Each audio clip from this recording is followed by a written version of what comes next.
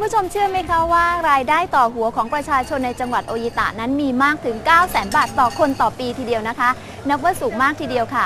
รายได้ส่วนใหญ่ของเขานั้นก็มาจากการท่องเที่ยวเป็นหลักค่ะแม้ว่าประชาชนในจังหวัดนี้นะคะจะมีเพียงแค่1,200,000 คนแต่ว่าในแต่ละปีนะคะมีนักท่องเที่ยวเนี่ยเดินทางเข้ามาเที่ยวที่จังหวัดนี้เนี่ยนับ10 ล้านคนทีเดียวค่ะจริงๆแล้วนะคะในอดีตนั้นจังหวัดโออิตะเนี่ยเป็นจังหวัดที่ไม่มีอะไรเลยค่ะแต่ที่เขาสามารถเป็นแบบนี้ได้ก็เพราะว่าคนที่นี่เนี่ยเขาร่วมกันค้นหารากเหง้าของตนเองนะคะไม่ว่าจะเป็นในเรื่องของทรัพยากรท้องถิ่นแล้วก็วัฒนธรรมแล้วเขาก็ยังสามารถที่จะรักษาให้มันอยู่ในสภาพเดิมได้ขณะเดียวกันเขาก็พัฒนาสร้างมูลค่าเพิ่มขึ้นมาอีกค่ะเมื่อนักท่องเที่ยวมากขึ้นนะคะเขาก็สามารถขายสินค้า1ตำบล1ผลิตภัณฑ์ได้มากขึ้นตามไปด้วยค่ะจนมีชื่อเสียงโด่งดังไปทั่วโลกทีเดียวนะคะแต่ว่ากว่าที่โออิตะจะมีวันนี้ได้พวกเขาต้องฟันฝ่าและก็ต่อสู้มานานกว่า20 ปีทีเดียวค่ะ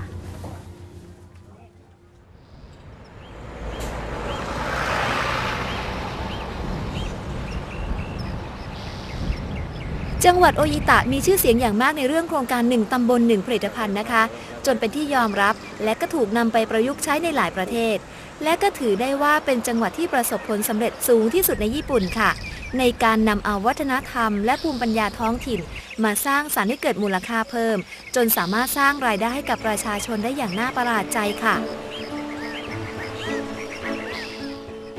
จังหวัดโออิตะตั้งอยู่ทางทิศตะวันออกเฉียงเหนือของเกาะคิวชูเกาะใต้สุดของประเทศญี่ปุ่นนะคะมีประชากร1,200,000 คนพื้นที่ส่วนใหญ่เป็นภูเขาถึง70%มีที่ราบระหว่างภูเขาเพียงเล็กน้อยเท่านั้นค่ะ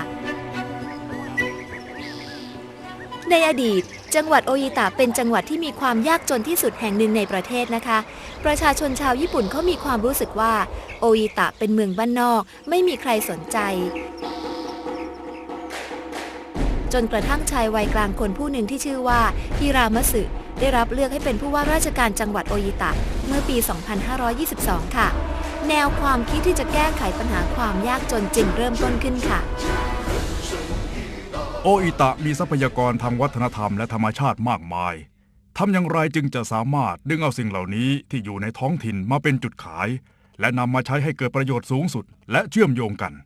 เพื่ออนาคตที่สดใสและมั่นคงของชุมชนเมืองโดยประชาชนเป็นผู้เรียนรู้และเลือกทางเดินของพวกเขาเองหลักการของผู้ว่าฮิรามะสึก็คือจากท้องถิ่นสู่ตลาดโลกต้องพึ่งพาตนเองและมีความคิดสร้างสรรค์และก็ต้องมีการพัฒนาทรัพยากรมนุษย์อย่างต่อเนื่องด้วยค่ะด้วยสิ่งที่หาได้ยากและมีลักษณะเฉพาะของวัฒนธรรมในจังหวัดโออิตะสิ่งสำคัญคือเราต้องพัฒนาจากภายในของเราเองนั่นคือพัฒนาผลิตภัณฑ์ของเราให้เป็นที่ต้องการของตลาดญี่ปุ่นและตลาดโลกด้วยปรัชญาที่ว่านำจิตวิญญาณจากบ้านไปสู่เมืองขณะเดียวกันประชาชนในท้องถิ่นต้องตัดสินใจด้วยตัวของพวกเขาเองว่าเขาต้องการให้สินค้าของพวกเขาออกมาเป็นอะไรบางหมู่บ้านอาจจะมีหลายผลิตภัณฑ์ขณะที่หลายหมู่บ้านอาจจะร่วมกันพัฒนาผลิตภัณฑ์ชนิดเดียวก็ได้โดยมีรัฐบาลคอยช่วยเหลือในเรื่องของเทคโนโลยีและส่งเสริมด้านการตลาดและเป้าหมายสุดท้ายก็คือการพัฒนาทรัพยากรมนุษย์ผลสำเร็จไม่มีทางที่จะเกิดขึ้นได้ถ้าขาดวิสัยทัศน์ที่กว้างไกลของผู้นำชุมชนมันมีความสำคัญอย่างมากทีเดียวที่เขาจะต้องมีความคิดสร้างสรรค์ออกมาให้ได้ในขณะที่ต้องเผชิญหน้ากับความท้าทายที่ยากลำบากผลิตภัณฑ์ในความหมายของผู้ว่าฮิรามะสึไม่ได้หมายถึงผลิตภัณฑ์ที่จับต้องได้แต่เพียงอย่างเดียวนะคะแต่ว่าหมายความรวมไปถึงวัฒนธรรมประเพณีวิถีชีวิตธรรมชาติรวมไปถึงกิจกรรมที่จัดขึ้นในท้องถิ่นอย่างสร้างสรรค์เพื่อสร้างมูลค่าเพิ่มทางเศรษฐกิจค่ะ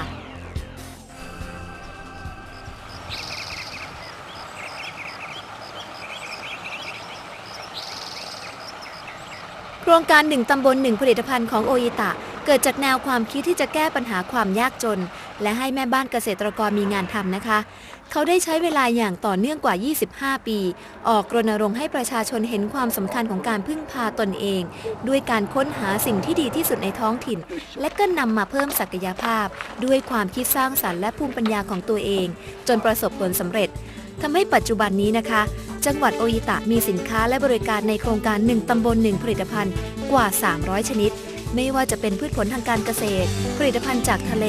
ศิลปะหัตถกรรมวัฒนธรรมประเพณีสถานที่ท่องเที่ยวทางธรรมชาติสิ่งเหล่านี้นะคะสามารถทำรายได้ให้จังหวัดโออิตะมากถึงกว่าแสนล้านบาททีเดียวค่ะและที่น่าสังเกตก็คือว่าผลิตภัณฑ์ต่างๆของโออิตะไม่ว่าจะเป็นตัวสินค้าวัฒนธรรมหรือธรรมชาติแทบจะไม่มีซ้ำกันเลยนะคะถึงแม้ว่าจะเป็นสินค้าประเภทเดียวกันแต่ก็ต่างชนิดกันแสดงให้เห็นอย่างชัดเจนว่าทุกชุมชนไม่ได้ลอกเลียนกันที่ตัวสินค้าค่ะแต่ว่าลอกเลียนกันที่กรอบความคิดเท่านั้นค่ะแต่กว่าจะถึงวันนี้นะคะชาวโออิตะต้องฟันฝ่าอุปสรรคมาอย่างมากมายแต่ความร่วมมือร่วมใจกันและการทำงานอย่างต่อเนื่องไม่หยุดยั้งของทั้งชาวบ้านและจังหวัดโออิตะภายใต้การนำของผู้ว่าฮิรามะสึและวิสัยทัศน์และความเข้มแข็งของผู้นำชุมชนทำให้จังหวัดโออิตะประสบผลสำเร็จอย่างมากมายจนทุกวันนี้ค่ะสิ่งสำคัญก็คือ ชาวบ้านจะต้องคิดเองรัฐไม่ต้องไปคิดให้เขาต้องคิดเองว่าท้องถิ่นเขาจะขายอะไร จะรักษาอะไรเอาไว้เขาวางแผนชีวิตของเขาเอาไว้อย่างไรรัฐไม่ต้องไปขัดขวางเขาแต่ต้องสนับสนุนให้เขาประสบความสำเร็จในสิ่งที่เขาทำรัฐบาลจะเข้ามาส่งเสริมสนับสนุนอย่างเต็มที่นะคะทั้งในเรื่องของเทคโนโลยีการผลิตการพัฒนาเรื่องหีบห่อบรรจุภัณฑ์รวมไปถึงการส่งเสริมทางด้านการตลาดอย่างเต็มรูปแบบจึงทำให้สินค้าในโครงการ1ตำบล1ผลิตภัณฑ์ของโออิตะเป็นที่รู้จักและนิยมชมชอบกันทั่วทั้งประเทศญี่ปุ่นค่ะและที่สำคัญไม่ใช่ว่าทุกโครงการจะประสบผลสำเร็จมีหลายอย่างที่ล้มเหลวแต่รัฐต้องให้กำลังใจเขาให้ทำต่อไปอย่ายอมแพ้ทุกตำบลในจังหวัดโออิตะนี้นะคะจะมีร้านขายสินค้าโอท็อปของญี่ปุ่นค่ะซึ่งเกษตรกรเนี่ยจะนำผลผลิตของตนเองมาวางขายกันนะคะอย่างเช่นหัวไชเท้าหัวนี้ค่ะในป้ายนี้นะคะก็จะมีการระบุชื่อ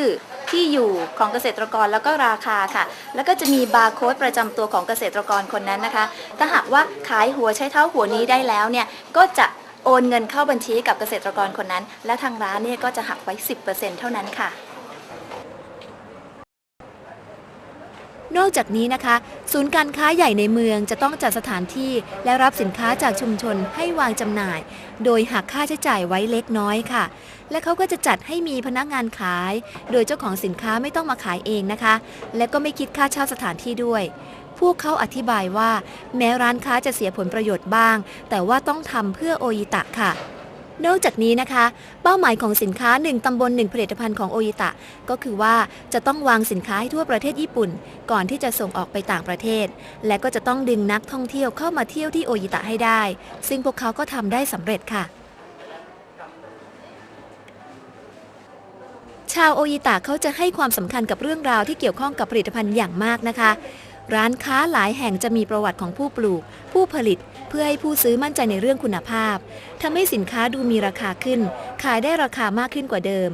แม้แต่ปลาที่จับได้บริเวณน่านน้ำโออิตะบางชนิดก็จะติดสติ๊กเกอร์เพื่อสร้างมูลค่าเพิ่มให้กับตัวปลาได้อย่างน่าสนใจทีเดียวค่ะ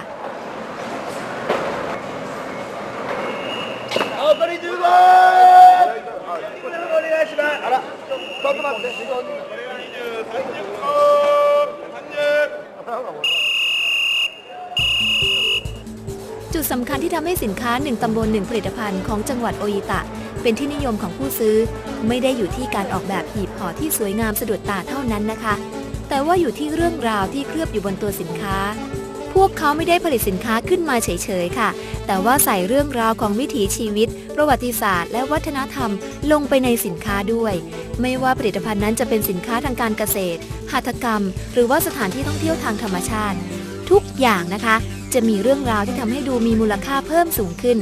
พวกเขาบอกว่านักท่องเที่ยวไม่ได้ตัดสินใจซื้อที่ตัวผลิตภัณฑ์ค่ะแต่ว่าซื้อเรื่องราวที่เคลือบอยู่บนนั้น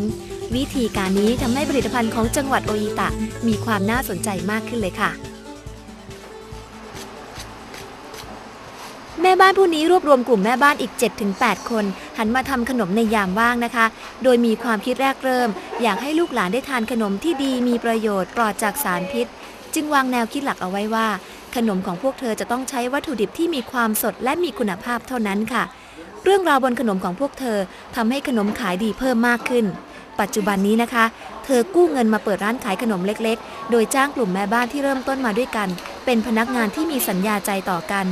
ร้านขนมของเธอได้รับความนิยมจากผู้ผ่านไปผ่านมาเป็นจำนวนมากเป็นเวลานานกว่า11 ปีแล้วค่ะ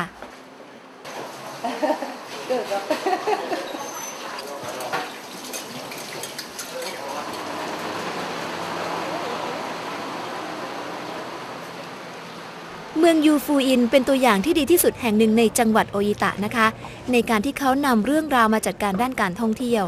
ชาวเมืองยูฟูอินได้ร่วมกันค้นหาภูมิปัญญาและเอกลักษณ์ของตนเองจากการนำของผู้นำชุมชนที่มีวิสัยทัศน์แล้วเขาก็พบว่าเมืองของเขาเต็มไปด้วยน้ำพุร้อนจึงชักชวนให้ชาวบ้านช่วยกันอนุรักษ์ทรัพยากรธรรมชาติที่มีค่าเอาไว้ค่ะแรกๆเลยก็ไม่มีใครเห็นด้วยพวกชาวบ้านบอกว่ารักษาธรรมชาติเอาไว้พวกเราก็จนไม่มีอะไรจะกินสู้นำไปสร้างถนนหนทางพัฒนาเมืองให้ทันสมัยไม่ดีกว่าหรือแต่พวกเราก็ไม่ยอมท้อถอยเดินหน้าชักชวนกันต่อไปให้พวกเขาเห็นความสำคัญให้ได้พวกเขาร่วมกันวางแผนชีวิตของตนเองเอาไว้ว่า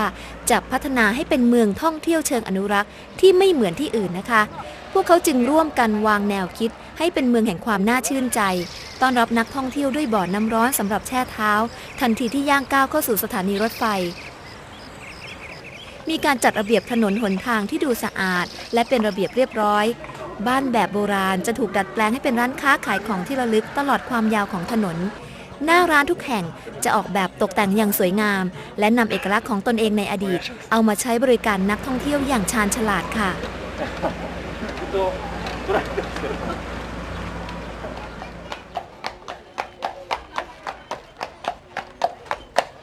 ด้วยวิธีการเหล่านี้นะคะจึงทำให้ยูฟูอินเมืองเล็กๆที่มีผู้คนอาศัยเพียง10,000 กว่าคนมีนักท่องเที่ยวเข้ามาเที่ยวถึงปีละ2 ล้านคนทำให้เศรษฐกิจของเมืองดีขึ้นมาทันตาเห็นแต่ว่าพวกเขาก็ไม่ได้ฉวยโอกาสกอบโกยนะคะถึงแม้ว่าจะมีนักท่องเที่ยวเข้ามามากก็ยังคงอยู่อย่างพอเพียงสถานที่พักในยูฟูอินมีน้อยมากเลยค่ะและพวกเขาก็ไม่สร้างเพิ่มขึ้นด้วยใครอยากพักในเมืองจะต้องจองล่วงหน้าเป็นปีทีเดียวนะคะและที่สำคัญร้านค้าทั้งเมืองจะปิดในเวลา 5 โมงเย็นทำให้วิถีชีวิตสงบสุขของพวกเขากลับคืนมาเป็นปกติทุกวันพวกเขาบอกว่าความเป็นเอกลักษณ์ของเมืองต้องไม่เสียไปเพราะการท่องเที่ยวพวกเขาจึงร่วมกันรักษาความน่าชื่นใจเอาไว้ได้อย่างยั่งยืนค่ะ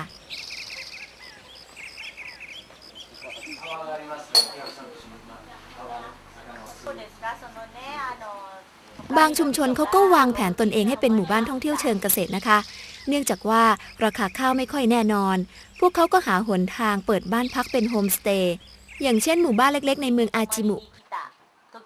บ้านหลังนี้ดัดแปลงโรงนาเก่าเป็นที่พักสำหรับนักท่องเที่ยวค่ะสำหรับคนในเมืองแล้วนะคะบ้านในชนบทแบบนี้กำลังเป็นที่นิยมอย่างมากความเร่งรีบและชีวิตธุรกิจในเมืองใหญ่ทำให้ชีวิตเรียบง่ายและเงียบสงบในชนบทที่ชาวบ้านเองเคยคิดว่าไม่น่าจะมีอะไรกลับกลายเป็นที่หลงใหลของผู้คนในเมืองเพิ่มมากขึ้นรวมถึงนักท่องเที่ยวชาวต่างประเทศด้วยค่ะเราไม่ได้คิดว่าจะไปแข่งกับโรงแรมใหญ่ๆแต่เราคิดเพียงแต่ว่าให้คนกรุงได้มาเรียนรู้วิถีชีวิตของชาวนาจริงๆไม่ได้คิดจะหากำไรแต่ถ้ารายได้จะดีขึ้นหน่อยก็จะเป็นประโยชน์กับพวกเราด้วยเท่านั้นเองผมเชื่อว่าคนเราทุกคนเป็นคนดีสามารถมีความจริงใจต่อกันและกันได้ถ้าคนเรามีความจริงใจต่อกันแม้จะคุยคนละภาษาเราก็สามารถที่จะสื่อสารกันได้นักท่องเที่ยวจะได้ทานอาหารอย่างที่พวกเขาทานได้ใช้ชีวิตอย่างที่พวกเขาเป็นได้ปลูกพืชผักผลไม้อย่างที่พวกเขาทำด้วยค่ะ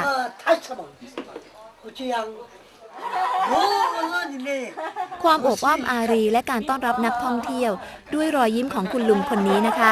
เรียกน้ำตาจากนักท่องเที่ยวยามที่ต้องลาจากกันมาหลายคนแล้วค่ะ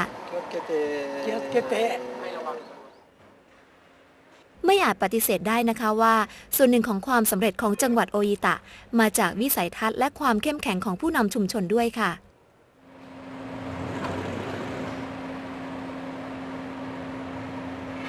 ที่นี่คือสหกรณ์การเกษตรของเมืองโอยาม่านะคะเกิดขึ้นจากแนวความคิดของคุณพ่อของนายคินจิโอยาตะซึ่งปัจจุบันเป็นประธานของสหกรณ์การเกษตรค่ะ คุณพ่อของผมเป็นคนริเริ่มให้ชาวบ้านในหมู่บ้านโอยาม่าเลิกปลูกข้าวเพราะมันไม่ได้ผลหมู่บ้านของพวกเราในอดีตเป็นหมู่บ้านที่จนที่สุดในจังหวัดโออิตะพื้นที่ของบ้านเราไม่เหมาะกับการปลูกข้าวคุณพ่อของผมชักชวนพวกเขาให้หันมาปลูกบ๊วยและเกาลัดแทนโดยตั้งเป้าและคำขวัญเอาไว้ว่าจะปลูกบ๊วยและเกาลัดเพื่อส่งไปขายที่ฮาวายแต่ไม่มีใครเชื่อเลย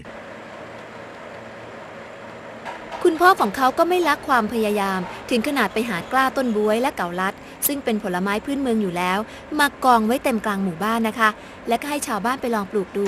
หลังจากใช้เวลากว่า10 ปีโครงการของเขาก็ประสบผลสำเร็จค่ะ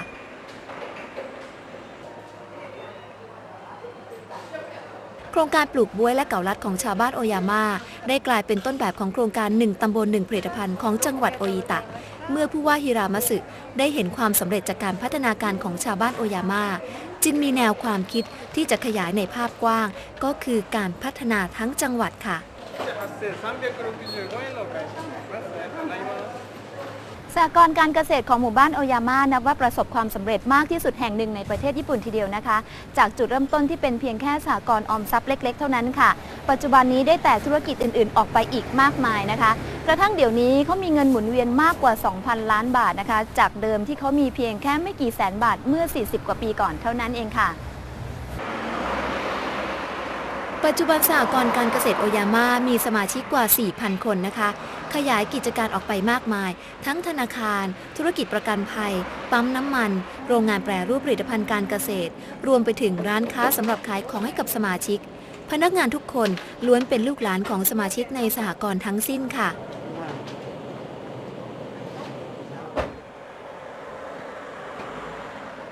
พวกเขาได้ร่วมกันพัฒนาหมู่บ้านโอยาม่าให้เป็นดินแดนแห่งอาหารเพื่อสุขภาพนะคะร้านอาหารของพวกเขาได้รับความนิยมอย่างมากสำหรับชาวญี่ปุ่นถ้าใครอยากทานอาหารเพื่อสุขภาพทุกคนจะต้องมาทานที่โอยาม่าค่ะทำให้มีรายได้เฉพาะร้านอาหารอย่างเดียวนับพันล้านบาท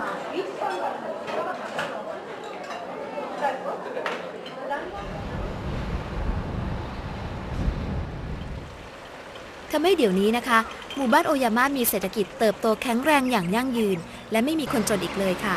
และเป็นหมู่บ้านเดียวที่ประชากรมีหนังสือเดินทางในสัดส่วนสูงที่สุดในประเทศญี่ปุ่นด้วยค่ะ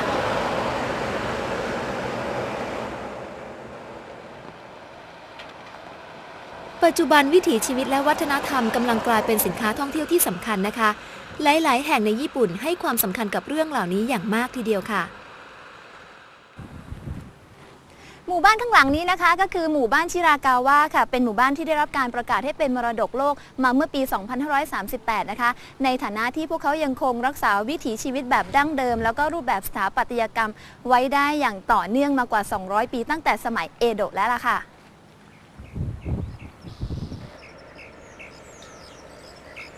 หมู่บ้านชิรากาวะเป็นหมู่บ้านเล็กๆมีคนอยู่อาศัยราว600 คนนะคะตั้งอยู่บริเวณที่ราบระหว่างหุบเขาที่มีแม่น้ำไหลผ่านห่างจากเมืองโทยาม่าประมาณ100 กิโลเมตรค่ะลักษณะเด่นของชิรากาวะก็คือบ้านไม้หลังคาทรงสูงที่รักษารูปแบบสถาปัตยกรรมดั้งเดิมสืบต่อกันมาหลายร้อยปีและไม่เคยเปลี่ยนรูปแบบเลยจนถึงปัจจุบันจุดเด่นที่สุดก็คือหลังคาที่ทำจากต้นหญ้ามัดรวมกันอย่างแน่นหนานะคะมีความลาดชันเพื่อป้องกันหิมะสะสมบนหลังคามากจนเกินไปในหน้าหนาวหญ้าเหล่านี้นะคะจะถูกมัดกันจนแน่นหนาเกือบ1 เมตรจนสามารถทนแดดทนฝนทนหิมะได้นานถึง 30-40 ปีจึงจะเปลี่ยนหญ้าคลุมหลังคาใหม่การเปลี่ยนหญ้าคลุมหลังคาจะเป็นงานใหญ่มากทีเดียวนะคะคนเกือบทั้งหมู่บ้าน 200-300 คนเขาจะมาช่วยกันแสดงให้เห็นถึงสังคมแห่งความช่วยเหลือจุนเจือกันได้เป็นอย่างดีค่ะลักษณะบ้านที่เรียกกันว่ากัชโชคูคุริประกอบด้วยไม้ที่มัดประกอบกันด้วยเชือกนะคะไม่มีการใช้ตะปูแม้แต่ตัวเดียวค่ะเป็นบ้านขนาดใหญ่สะท้อนถึงวิถีชีวิตของครอบครัวใหญ่ที่อาศัยอยู่รวมกันในบ้านหลังเดียวค่ะ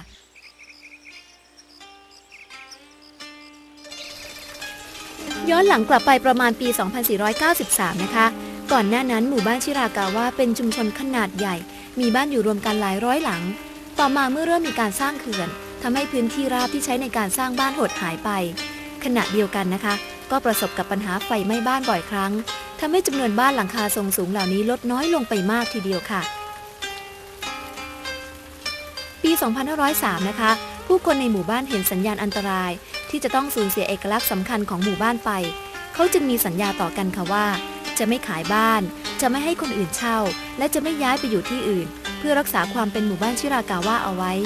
หลังจากนั้นนะคะพวกเขาก็ดำรงชีวิตต่อไปด้วยการทำนาและรักษาเอกลักษณ์ของหมู่บ้านเอาไว้ได้อย่างต่อเนื่องมาอีกหลายสิบปีจนได้รับประกาศเป็นมรดกโลกเมื่อปี 2538 ค่ะทุกวันนี้ชิรากาวะมีนักท่องเที่ยวเข้ามาเยี่ยมชมปีละนับล้านคนทีเดียวนะคะโดยเฉพาะในช่วงเดือนตุลาคมจะมีนักท่องเที่ยวเข้ามาเป็นจำนวนมากทำให้บางวันในฤดูท่องเที่ยวมีคนมาเดินอยู่ในหมู่บ้านเล็กๆแห่งนี้นับหมื่นคนค่ะปัจจุบันมีบ้านหลังคาทรงสูงเหลืออยู่114หลังพวกเขายังคงใช้ชีวิตอยู่เหมือนเดิมทำนาเหมือนเดิมแต่ได้รายได้จากการที่นักท่องเที่ยวเข้าชมบ้านเพิ่มเข้ามาอีกนะคะ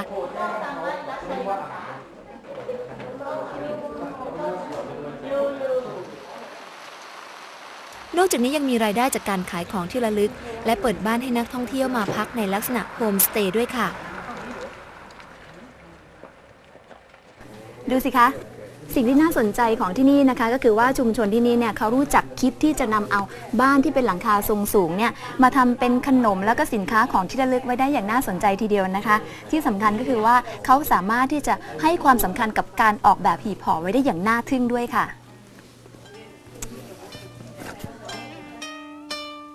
ประเทศญี่ปุ่นมีชื่อเสียงมากในเรื่องการออกแบบผลิตภัณฑ์และการบรรจุหีบห่อนะคะพวกเขาทำของธรรมดาให้ดูไม่ธรรมดาโดยใช้ความคิดสร้างสรรค์นำของหรือว่าสิ่งที่มีอยู่ในท้องถิ่นมาผสมผสานทำให้สินค้าดูน่าสนใจขึ้นเพิ่มมูลค่าสินค้าให้มากขึ้นผูกตรงนั้นนิดติดตรงนี้หน่อยทำให้ของราคาไม่กี่10 บาทเพิ่มราคาเป็นร้อยบาทได้ค่ะและพวกเขาใช้วิธีนี้กับสินค้าทุกชนิดเลยนะคะทั้งตัวสินค้าที่จับต้องได้ด้วยตาและงานบริการที่จับต้องได้ด้วยใจค่ะพวกเขามีระบบจัดการหมู่บ้านที่ดีมากนะคะให้ความสำคัญกับทุกสิ่งทุกอย่างไม่เคยมองข้ามจุดเล็กจุดน้อยที่สามารถสร้างความพึงพอใจให้นักท่องเที่ยวแม้แต่ห้องน้ำค่ะ